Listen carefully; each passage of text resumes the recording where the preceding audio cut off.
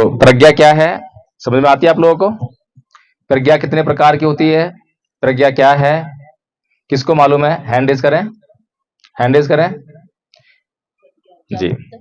नहीं, प्रज्ञा, प्रज्ञा को अभी तक जो है शायद परिभाषित नहीं किया गया। मैंने कहीं प्रज्ञा की परिभाषा नहीं पढ़ी। जब मैंने विपश्यना का कोर्स किया तो मैंने जो है पूजनीय गुरु सत्यनारायण गोयनका जी, उनके द्वारा जो प्रज्ञा के बारे में जाना समझा, उसी से कुछ समझ में आया। तो उन्होंने जो प्रज्ञा के बारे में बताया, 3 प्रकार की प्रज्ञा की बात उन्होंने कही कि प्रज्ञा जो है 3 प्रकार की होती है और आसानी से समझ में आ जाती है। पहली प्रज्ञा होती है सुतमयी प्रज्ञा। प्रज्ञा बहुत महत्वपूर्ण है। प्रज्ञा मीन्स नॉलेज, ज्ञान।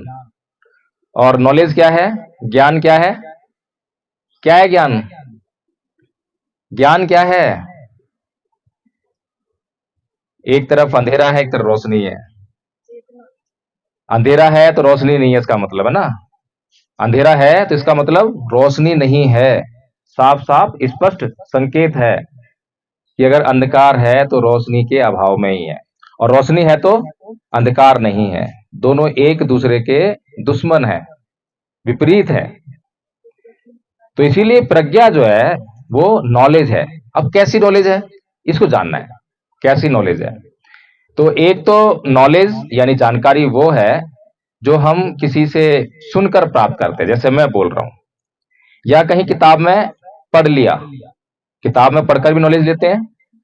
तो जिससे किसी से सुन लिया या कहीं पढ़ लिया, तो ऐसे ज्ञान को हम कहते हैं सुतमयी प्रज्ञा। ऐसी जानकारी को सुतमयी प्रज्ञा। दूसरी तरह की प्रज्ञा होती है चिंतनमयी प्रज्ञा। जो ज्ञान हमने सुना, जो नॉलेज हमने सुनी, मुझे सुन रहे हैं आप, किसी किताब को पढ़ रहे हैं। एक बार की बात है, किसी आदमी ने पूछा कि भाई जो आप बोल रहे हो वो कौन सी किताब में लिखा है, कैसे माने कि आप सही बोल रहे हो? अब बताइए, वो आदमी का प्रश्न सही है या गलत है? सही है? नहीं, बिल्कुल नहीं। क्योंकि किताब किसने लिखी? जो मैं यहां बोल रहा हूं उसी की मैं किताब लिख सकता हूं। तो उसमें क्या फर्क हुआ?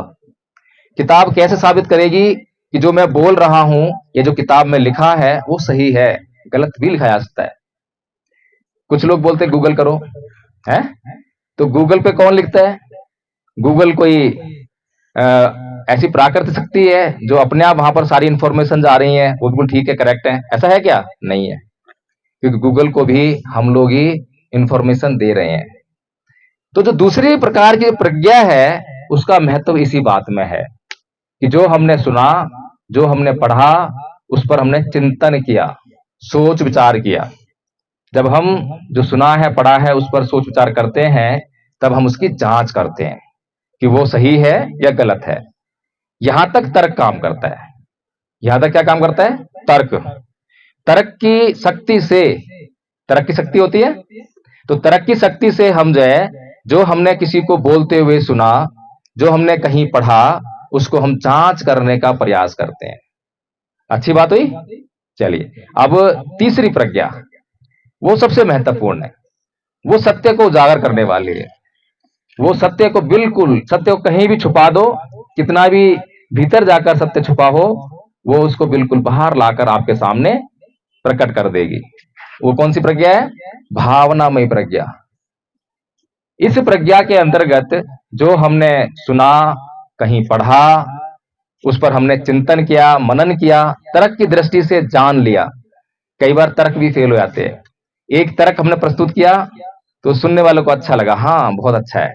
फिर दूसरा आदमी आया एक और, उसने उसके ऊपर तर्क प्रस्तुत कर दिया, तो फिर लोगों ने कहा नहीं ये अच्छा है।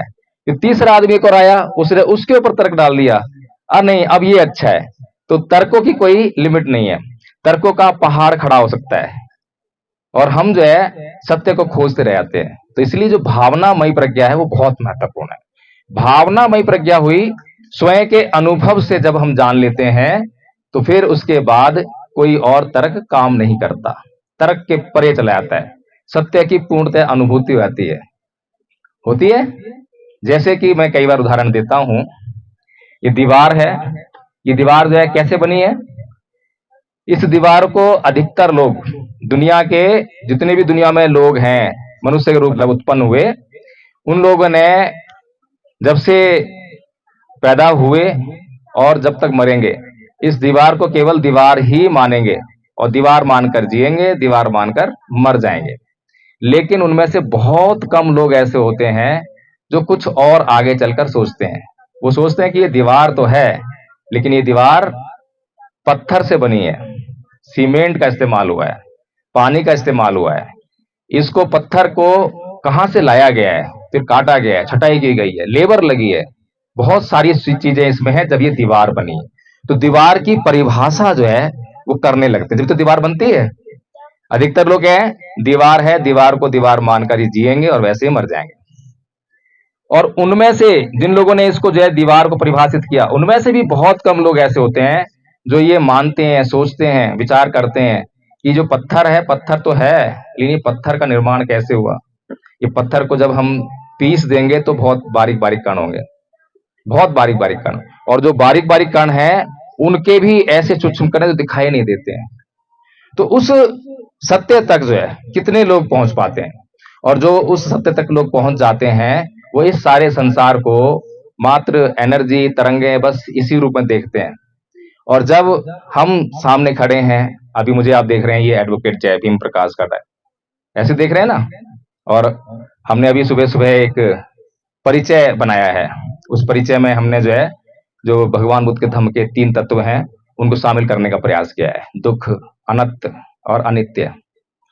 तो मैं आपको दिखाई तो दे रहा हूं कि ये एडवोकेट जय भीम प्रकाश खड़ा है, लेकिन अगर मैं आपसे पूछूं कि बताओ ये जो खड़ा है इसमें आप जय भीम प्रकाश किसको बोलोगे? मेरी आंखों को जय भीम प्रकाश बोलोगे? कोई बोलेगा? नहीं बोल सकते।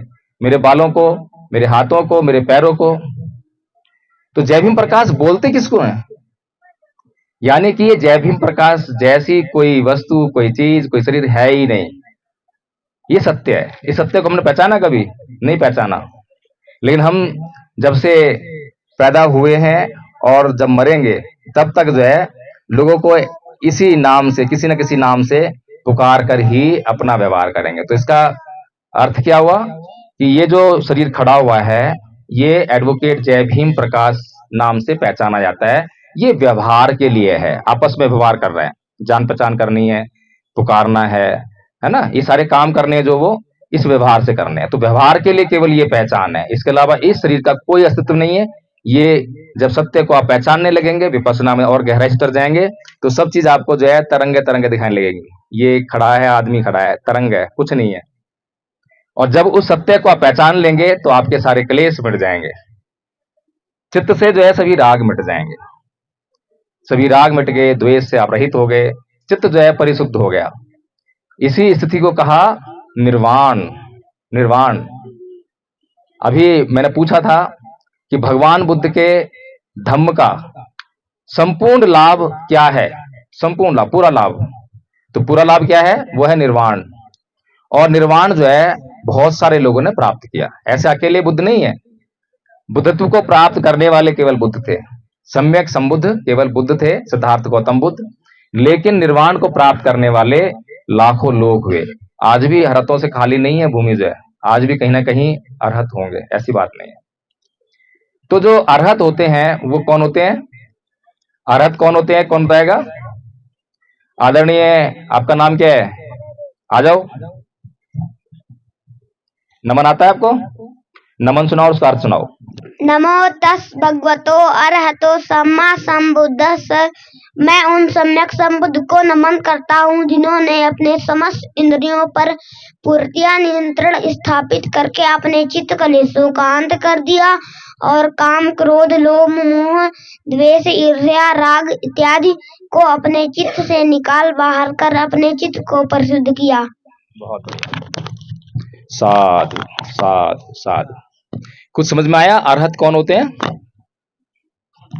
अरहत कौन होते हैं? अरहत जो है वो बुद्ध नहीं होते हैं, लेकिन अरहत होते हैं। लेकिन कम से कम क्या होता है अरहत का, कि वो बुद्धत्व का जो लाभ होता है पूरा लाभ वो प्राप्त कर लेते हैं। अरहत वो हुआ, अरे माने दुश्मन, हंत माने नाश करना, जो अपने दुश्मन का नाश कर देता है वो अरहत। दुश्मन कौन है? ये संसार बहुत गलतफहमी जीता है। ये संसार जिसको अपना दुश्मन मानता है वो तो दुश्मन है ही नहीं, उससे तो मित्रता की जा सकती है, लेकिन ऐसा दुश्मन जो हर पल हमारा नुकसान कर रहा है, हमारे जीने में अड़चन पैदा कर रहा है, हमें सुखत्व का जो लाभ है उसके मार्ग में बाधा बना हुआ है, वो है हमारे चित्त के विकार, काम, क्रोध, मोह, लोभ, द्वेष, तृष्णा, ईर्ष्या, राग। जो नमन है, नमन में जो हमने अर्थ दिया है उसमें बहुत गहराई है, उसको समझ लिया तो फिर बहुत कुछ समझ लिया। तो अरहत वे लोग जो अपने मन को पूरी तरह से नियंत्रित कर लेते हैं, अपनी इंद्रियों पर पूरी तरह से नियंत्रण स्थापित कर लेते हैं और उनके भीतर से ये चित्त कलेश मिट जाते हैं।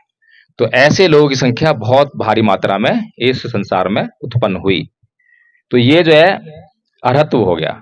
और बुद्धत्व हो गया वह ज्ञान जिसके बाद फिर जो ज्ञान की जो कहें कि सीमा ही समाप्त हो जाती है, यानी कि ऐसा व्यक्ति जो संसार के सभी दुखों के मूल को जान लेता है और संसार के सभी दुखों के मूल को जानने के बाद उन मूलों को नष्ट भी कर देता है, समस्याओं को समाप्त कर देता है और समाधान करने के लिए एक मार्ग भी प्रस्तुत कर देता है।